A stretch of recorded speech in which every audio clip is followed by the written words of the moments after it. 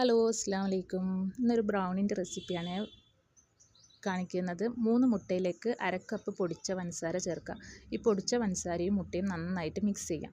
ഈ പൊടിച്ച പഞ്ചസാര ചേർത്താൽ ബ്രൗണി നല്ല പെർഫെക്റ്റ് ആയിട്ട് തന്നെ കിട്ടും. പിന്നെ 100 ഗ്രാം ബട്ടറിലേക്ക് ഡാർക്ക് കോമ്പൗണ്ട് ചോക്ലേറ്റ് നന്നായി മെൽറ്റ് ചെയ്തിട്ട് ഈ എഗ്ഗിൻ്റെ ബാറ്ററിലേക്ക് ഒഴിക്കാം.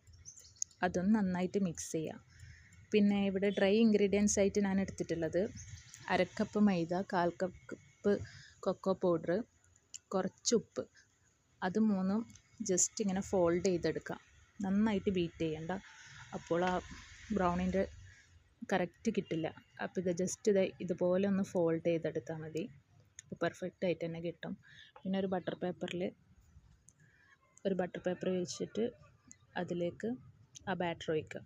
180 ഡിഗ്രിയിൽ 20 മിനിറ്റ് പ്രീ ഹീറ്റ് ചെയ്ത ഓവനിലേക്ക് ഈ ബാറ്റർ വെച്ച് കൊടുക്കാം. ഒരു 20 മിനിറ്റാണ് ആദ്യം വെച്ചത്.